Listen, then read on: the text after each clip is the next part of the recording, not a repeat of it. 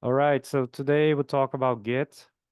Git is a program or a tool that we can use for version control.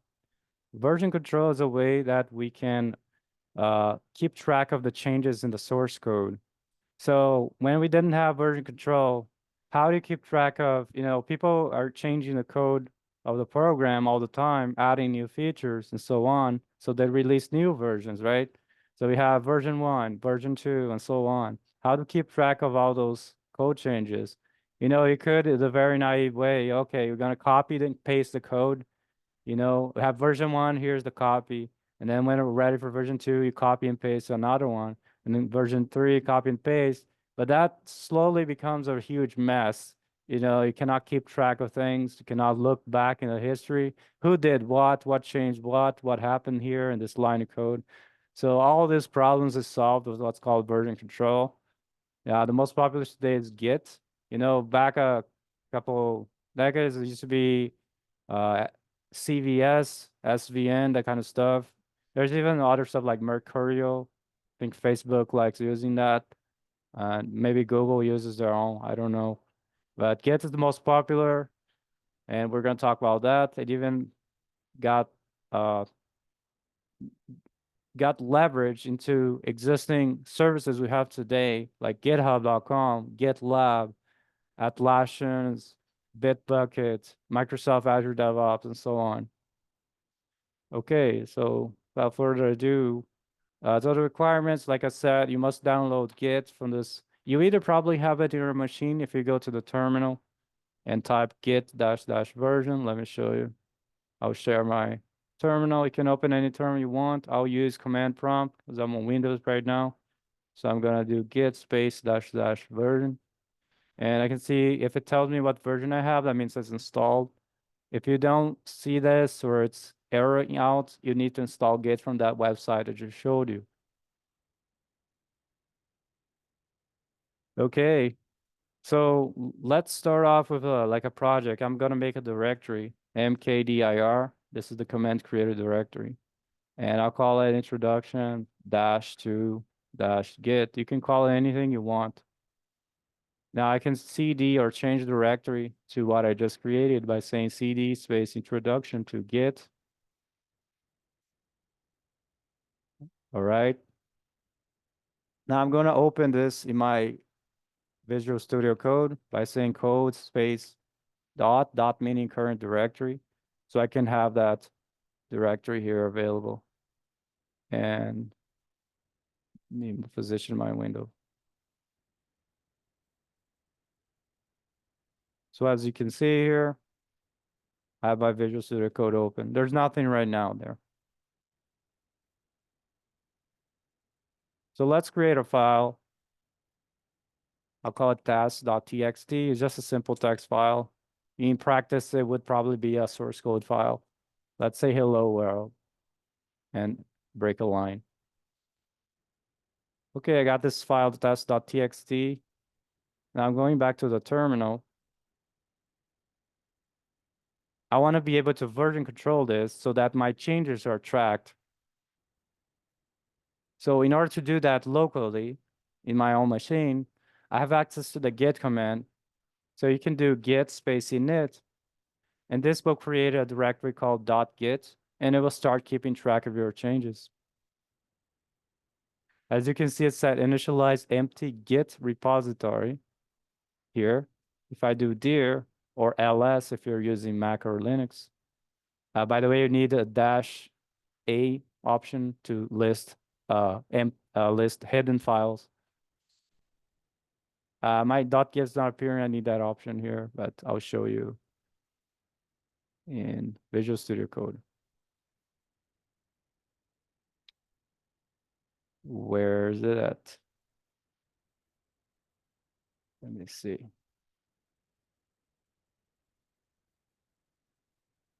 One moment. Let me show you here in Explorer. New share. So here's my file explorer or Finder in Mac or whatever you're using. You can see there's now .git directory there. If you're on Mac, you can press Command Shift dot or period, to show hidden files. File names that start with dot, they are called hidden files in Linux-based systems. So probably you won't see it in your Finder window if you're using Mac. But this is a directory that when we say git space init enter, that creates this directory. And this is where all the git stuff is being tracked. You don't really have to look into this directory at all when you're working with Git. But just so you know, if you have a .git directory in your project, that means it's being tracked by Git. All right. Everybody okay so far?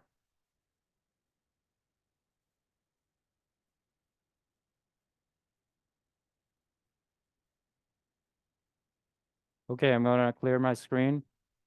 CLS. If you're on Mac, it's probably clear if you like doing that. Anyway, so I'm first gonna do git status. Now this is a command to see what's going on with my files, if I have any changes. In this case, I just initialize what's called a repository. This is what we call basically when you have Git and your project want to keep track of changes, the directory or folder becomes what's called a repository. That's just the terminology.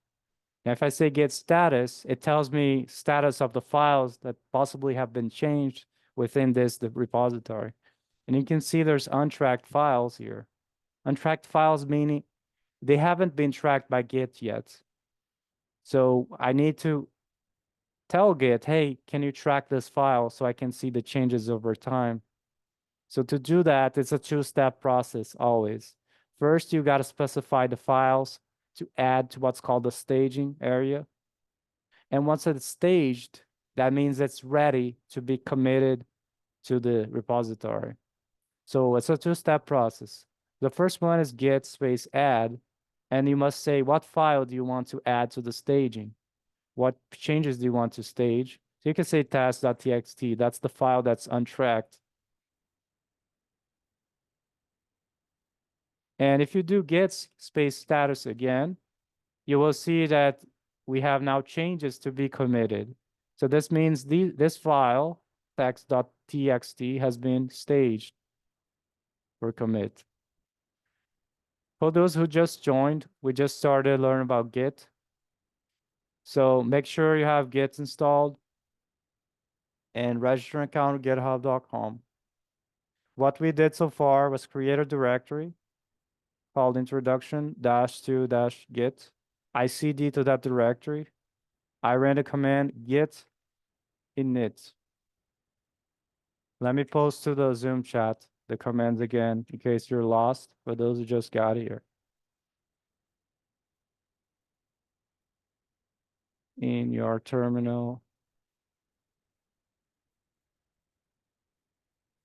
I posted it to the Zoom.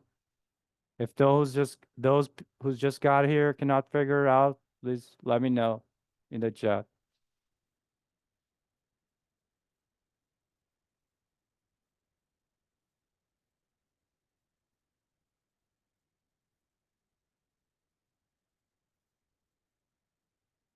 All right. Somebody asked how to install Git. Like I said, I told you in the beginning, but I'll send you the link again. You probably already have it if you run the Git commands and it works, you probably have it. Let me copy and paste. All right, let's keep going. So like I said, I had an untracked file. I git add that file, so it's staged, and I'm always running git space status command so that I know what's going on. Now it's saying, okay, changes to be committed. So this is like green color, if you can see the color. So it's ready. Now what we do the second part, right? We do a commit. So we're gonna commit this to the history of changes. So git space commit. Now, what I usually do is I like to use the option -m, which means add a message to the commit. So I'm gonna say, describe what I just did within quotes. So, okay, add task file. Always make sure you're describing the changes that you made to the code. That's very descriptive and specific. So when I press enter, you can see I made a commit.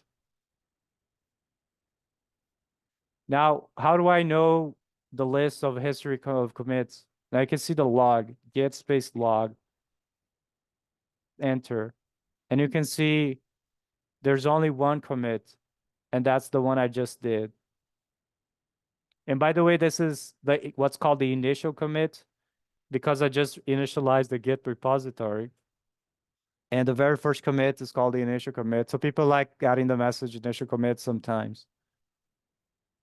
So you can see there's the author, there's the date, and what's happening. By the way, I didn't tell you how you can set your information for Git, like my name and email. I can tell you right now. Let's do that. So usually when you make a commit, it will record who did what. So we have to make sure to establish our identity with Git program. So to do that, we're going to run a git config option here.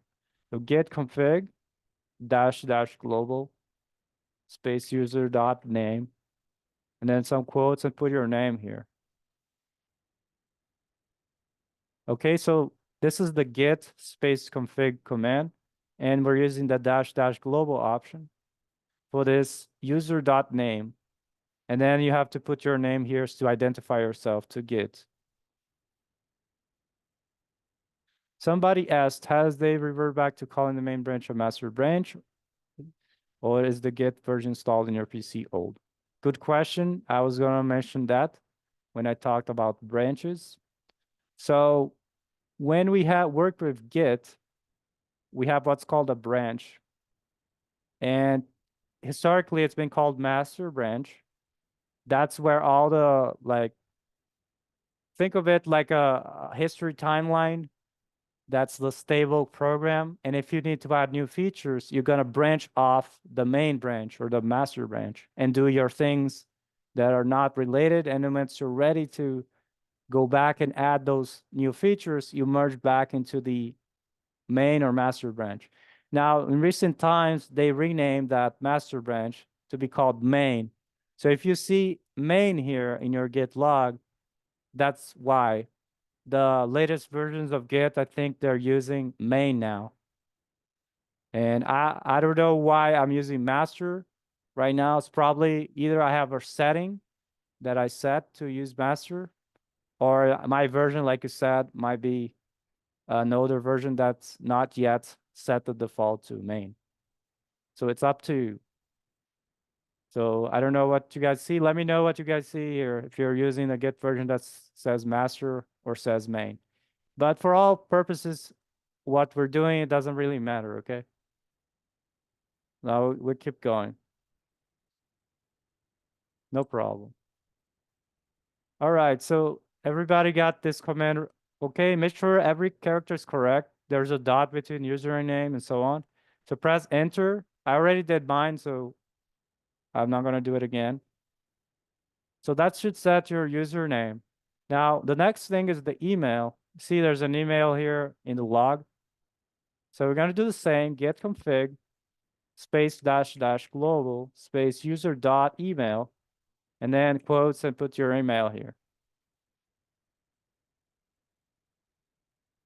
Almost the same thing, except after users dot email and then your email.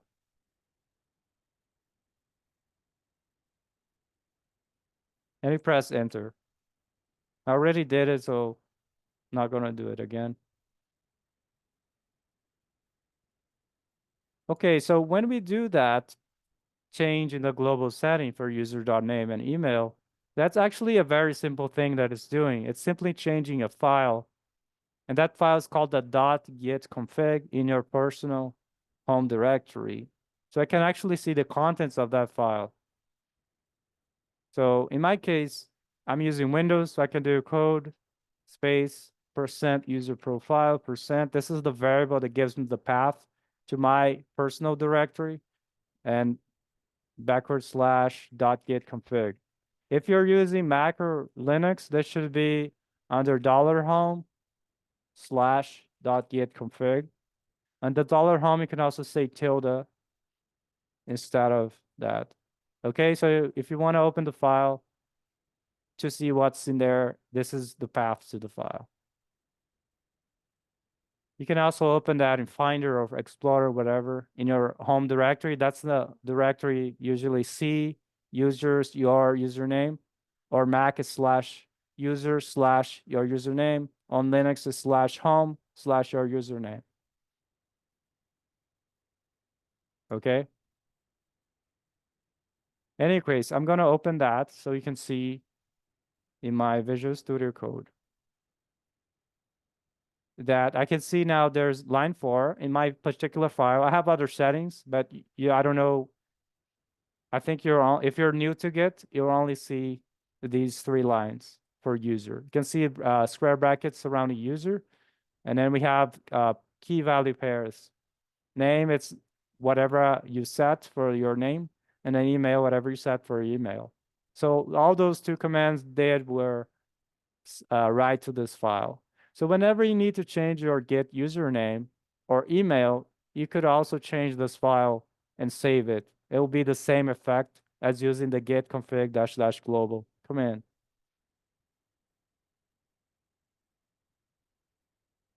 All right, I'm gonna close that. Great.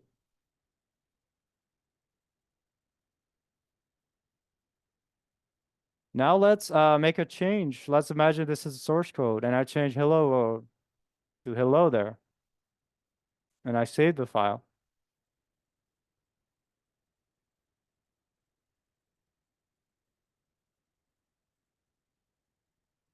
So I'm gonna see in Git, I'm gonna do Git status again. And you can see it says modified test.txt. So that means I changed this file and it's not staged yet. So if I want to know what's happening here to this file, what did I change? I can say git space diff. Diff is difference between the new and the old. So you can see it's giving me the minus line and the plus line. Minus meaning I removed this line that said hello world. Plus meaning I added a new line that says hello there. So this is an addition, and that one is a subtraction. So that means basically I changed world with there. So the colors is red for removal and green for addition. And it tells you the diff. Okay, so you can always leverage git diff to see what you changed. If you're satisfied with this, we can make a commit, right? That's a 2-step process. First, you need to stage the changes with git add test.txt. Now you can see if you do git status again, it says it's now green, ready to be committed. And then I can do git commit -m and describe what I did. Maybe I change world for there. Enter. Now I made another commit and I can see the git log. Now there is 2 commits. The top one is the latest.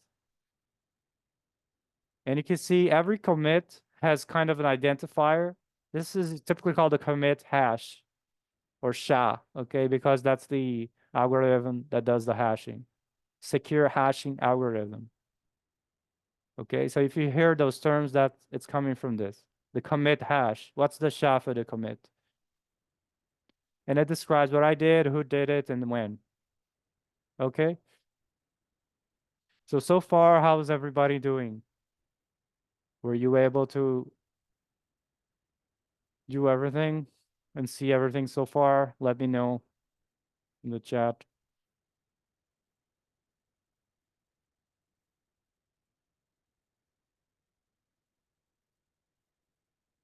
Okay. All right. Great. So I just explained you the basic flow, and it's always like that.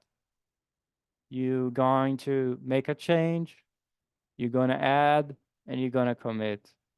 And you can check the status every time to make sure what you're doing. If you want to know the changes, git diff. If you want to know the history, git log. Now, if you don't remember any of this, now you can always say git dash dash help, and it will tell you some commands. Okay, so you can refresh your memory.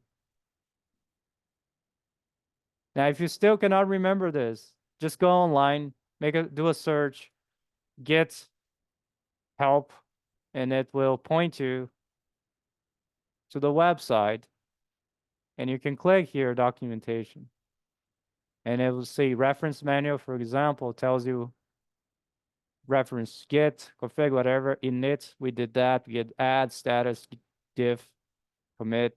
So you can click there and see, read more about it. Okay,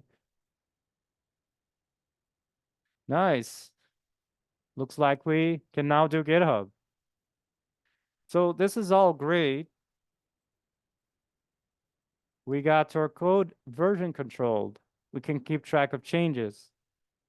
But okay, just for us, what if we wanted to publish this to the whole world? Maybe we want to make it open source so other people can help out. So introduced GitHub. Let's see what's the window. So GitHub leverages Git behind the scenes.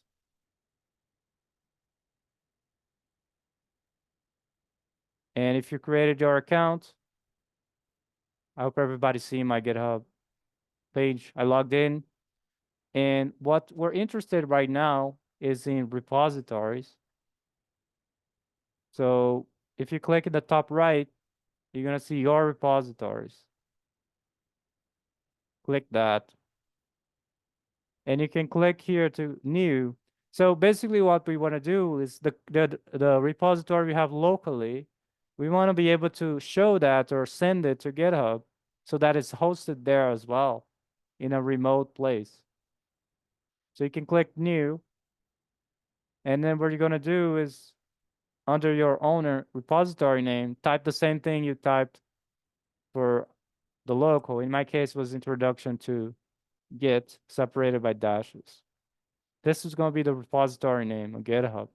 Now you can choose to be public or private. I'll just leave public by default. And all the other stuff, I don't care. I just click create repository. Now I create a repository on GitHub, meaning it's there. So you can think of GitHub as another machine somewhere, and they did the git init command there. What we did in our local machine, that's what happened when we did create repository on GitHub. It's basically calling git init behind the scenes because GitHub itself is built around Git. Now, what we have to do is sync these two. Basically, we got to take our local and push what we call push, okay? Those changes to GitHub. Now, to do that, you're going to scroll down, you can see here, there are two options of connecting with GitHub. And one is HTTPS. That's probably your default if you never had SSH key. I already have SSH, so that's what I use. So it's your first time, it's HTTPS. So you're going to copy this, either click this icon or copy from the box. And you're going to go, let me do here.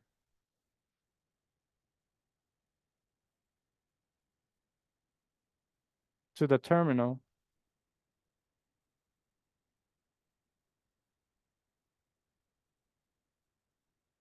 And we're going to say git space remote add origin, and then you're going to paste whatever that link for GitHub was. This is the GitHub remote command, meaning you can add a remote location to this repository. And I'm using add because I want to add a remote location.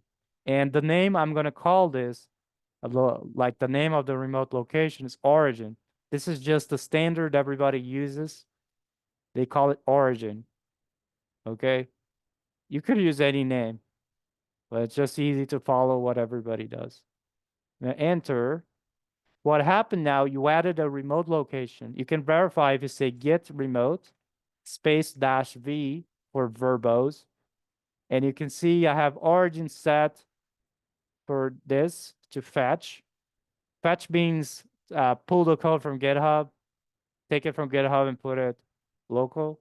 And then we have also set for push. Push is like sending it to GitHub. Think of it like a upload and then fetch is download.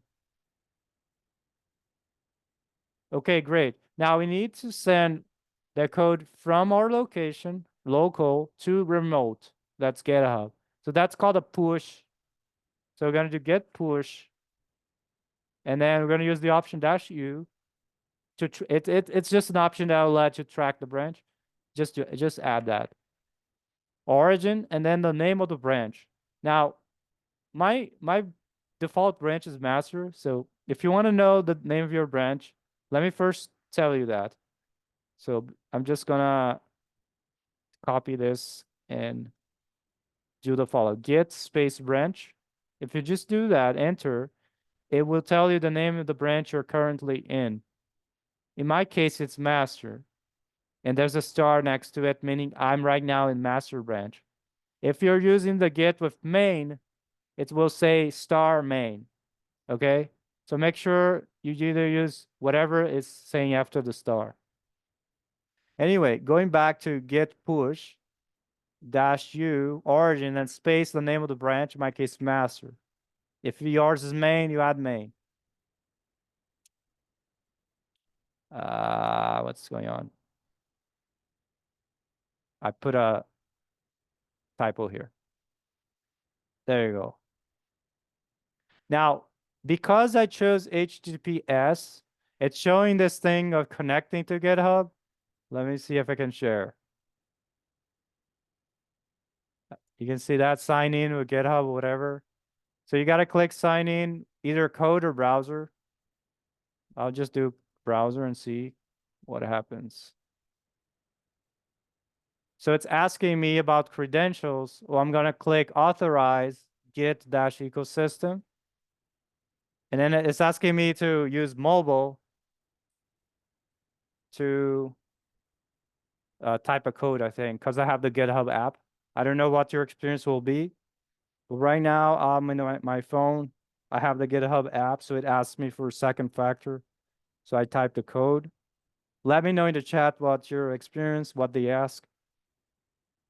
So I authorized.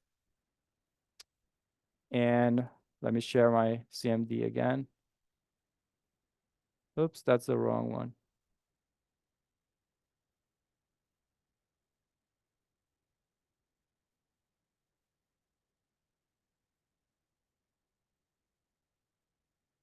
There you go. So you can see here, after I authenticated, that it sent master branch master set up to track origin master. This is dash U option. And writing objects, meaning it sent all the stuff to GitHub.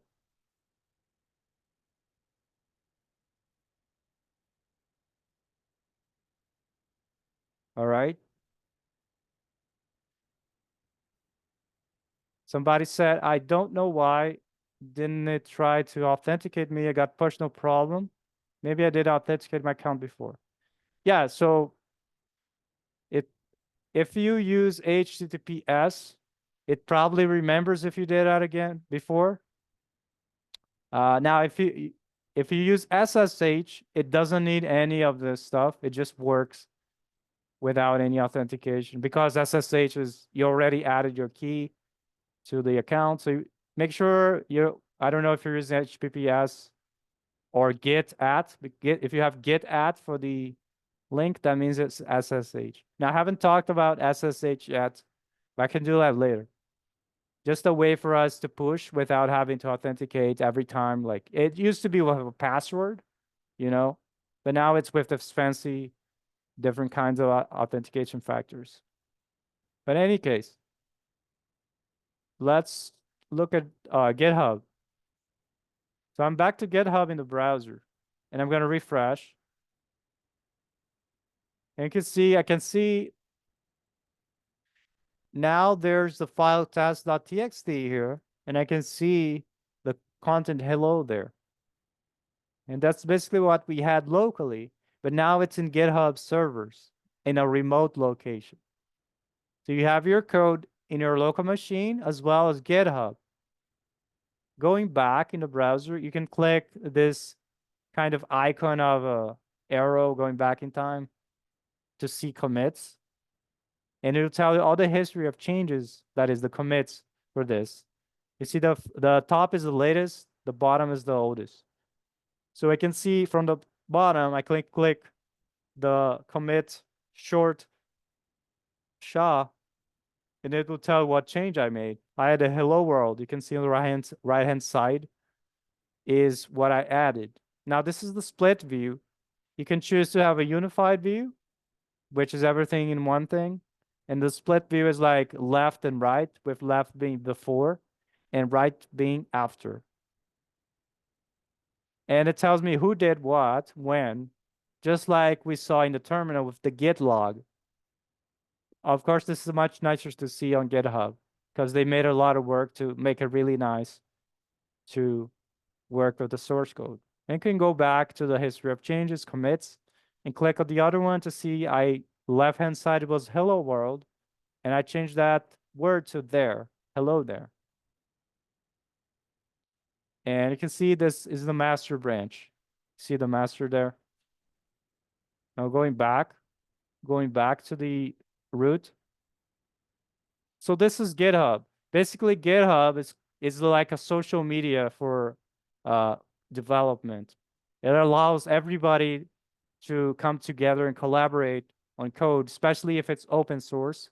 Open source means your code is available to see for everybody to see, and they can also propose changes and modify the code and work on it and propose help you out of the code. Okay. There are many other features on GitHub. We won't get to it today, but there are issues, which is like you can keep track of things you need to do. There are pull requests, which is like proposing changes. And there are actions, is like CI/CD, if you ever heard that term, continuous integration and deployment, and other things there.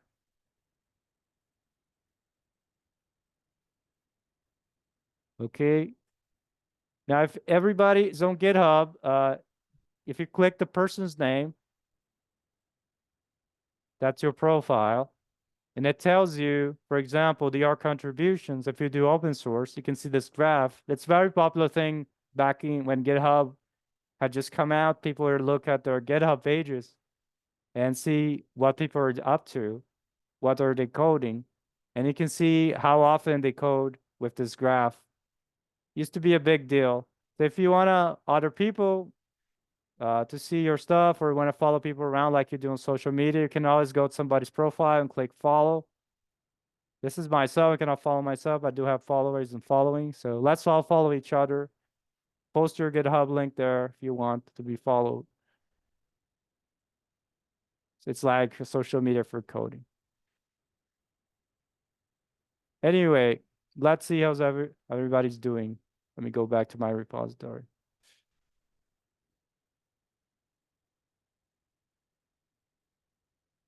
Does that mean that I can have multiple remote repositories? Yes, you can have as many repositories as you want. Just go on GitHub and click create new and push your changes there.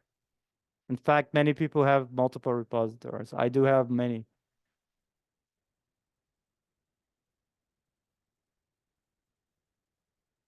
Yeah, a single project can have multiple repositories as well. Maybe you have a repository for the backend, a repository for the front end, a repository for the mobile application, a repository for all your documentation, a repository maybe for your team to keep track of things, and so on. You can use Git in many kind of ways. You can be creative about it. You know, GitHub really made it social, and they really innovated in the sense that they were using Git for pretty much everything they could do. They were keeping track of documents on Git. They were using Git to keep track of team. Like, you know, it's what today people like using Notion or whatever whatever stuff they track their work. People could also do it in GitHub. In fact, that's how GitHub itself does stuff. The people who work at GitHub and stuff.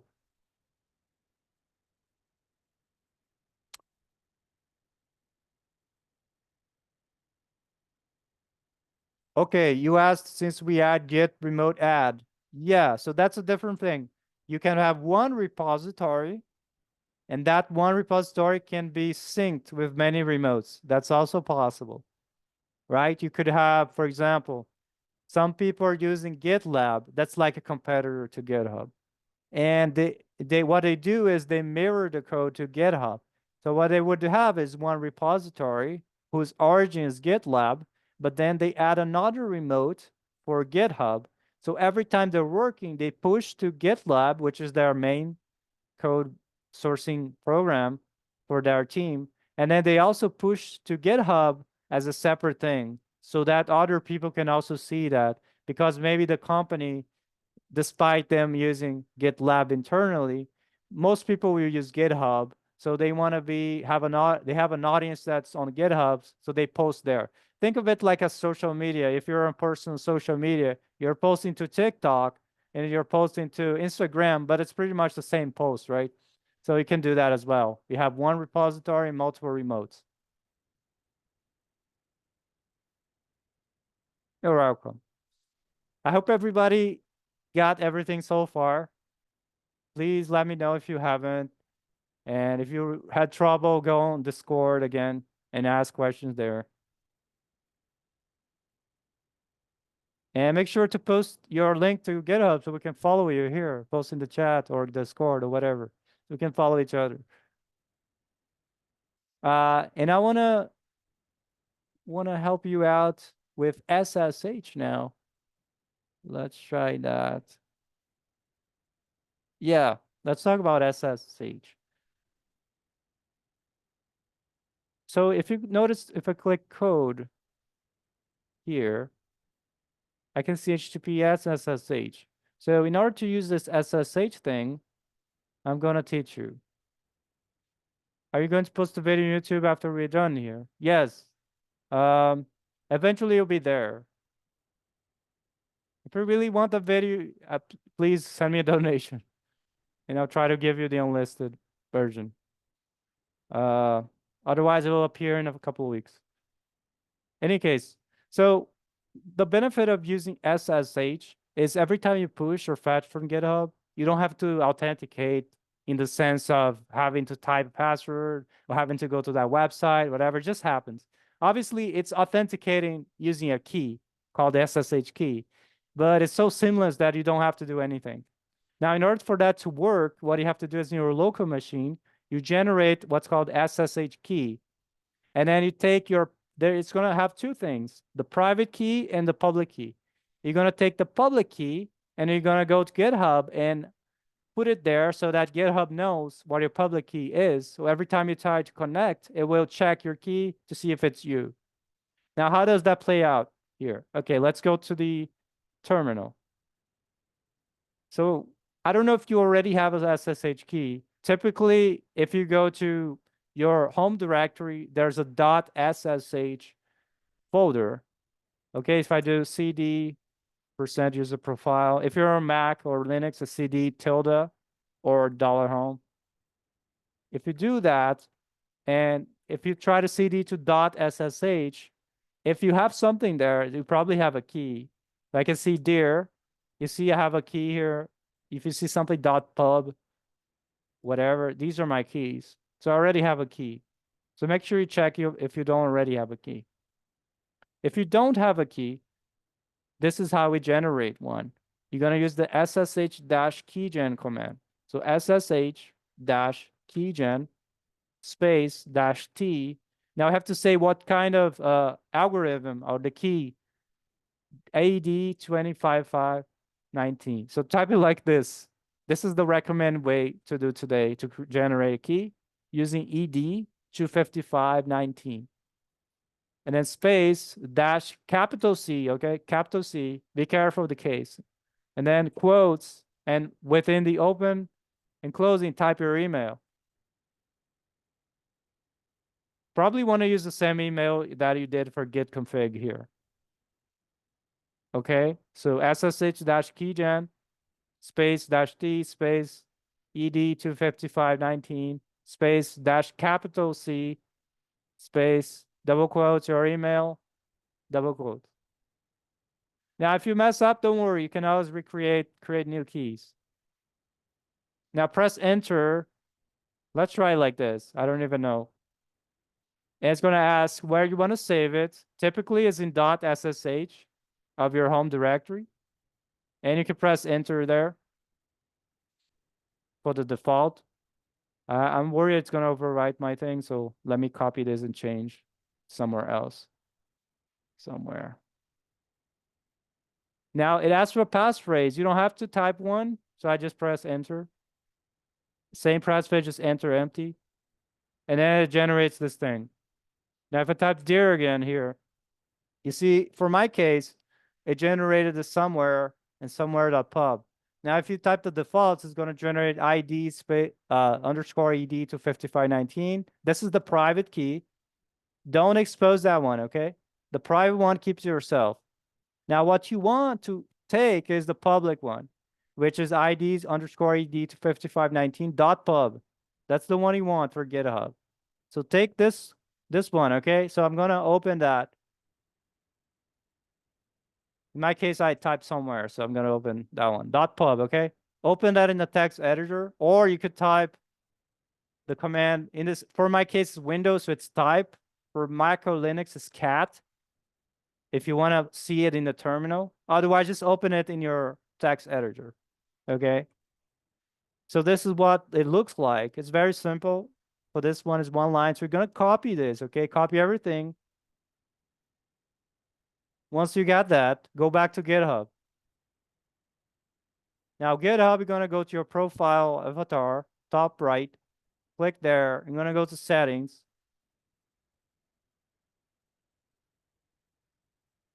And then you're going to click SSH and GPG keys, okay? Click that. And then at the top right, you're going to click new key. Okay. Now I'm going to go directly there. And I'm posting that link. If you cannot find it, that's the link on Zoom chat. So this is going to add new SSH key. So type a title for you to identify so you know what this key is for. Maybe you want to say username at name of the computer, right? Me at my computer's ABC. So you remember where this is coming from. And then here in the key, you want to paste, oops, not this. You're going to paste that thing that you got in the file for the public key, .pub. So take that, paste it here. Then you click add SSH key. So what this is doing is you're providing GitHub with the public key so that whenever you need to push something to GitHub, GitHub will see that it's you, okay? That way, it does everything automatically. You don't have to go through that authentication process, clicking the browser and logging in and so on. I couldn't locate the SSH folder on my Windows 11 OS. If you do not have .ssh folder, that means you don't have a key. Therefore, you must create one. Yeah. Like I said, if you cannot find the .ssh, that means you don't have a key. Therefore, you must use the ssh-keygen command to create one. Let me paste the command again in the Zoom chat. Make sure to run that. It doesn't matter where you are, okay? It doesn't really matter where you are in the file structure. Just type that command with your email, and it will generate that directory for you by default if you choose the default settings.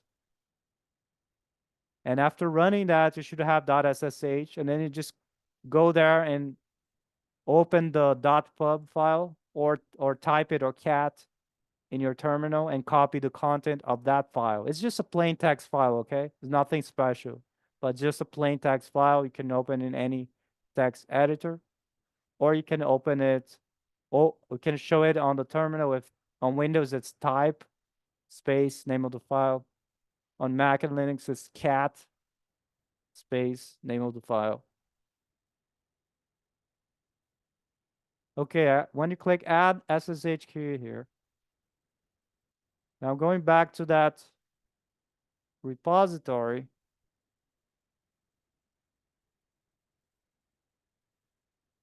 you're gonna see if you click code, the SSH option, click that, and you copy this. It's almost the same except they changed the beginning with git at. I think that's all the, and there's a colon here. Basically just copy that. Now let's go back to the terminal.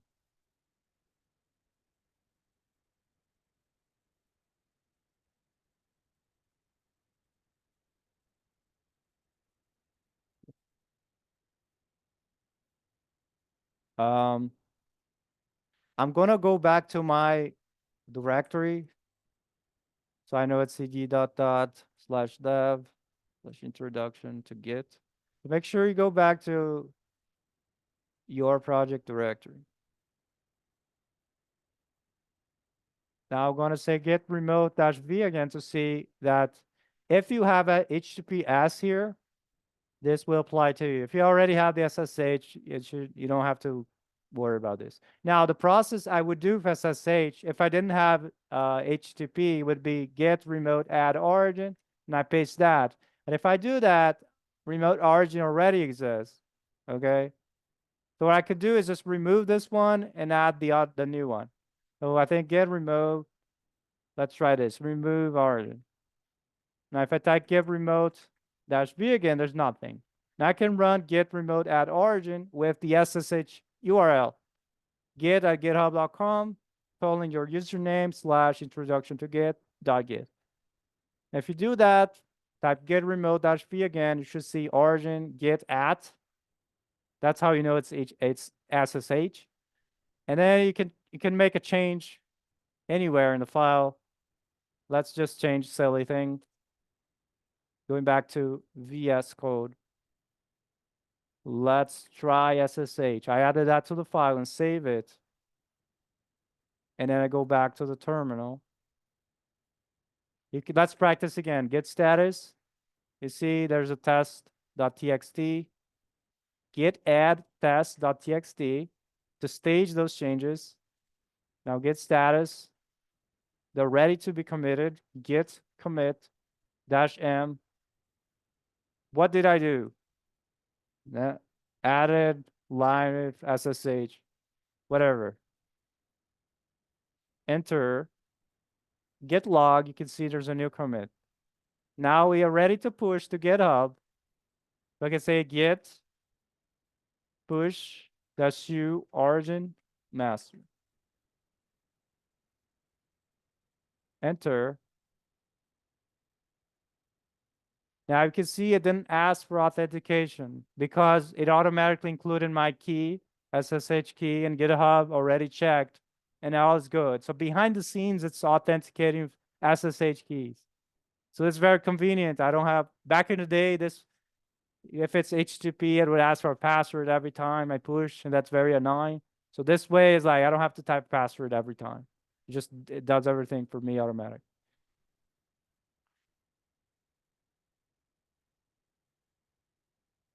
Okay, I hope everybody got the SSH key and added to GitHub. And you change your remote to SSH so you don't have to manually authenticate every time.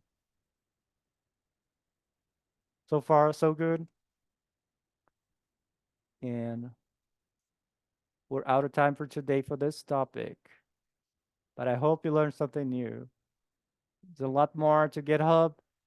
So make sure to go to share your GitHub, other people, and follow each other.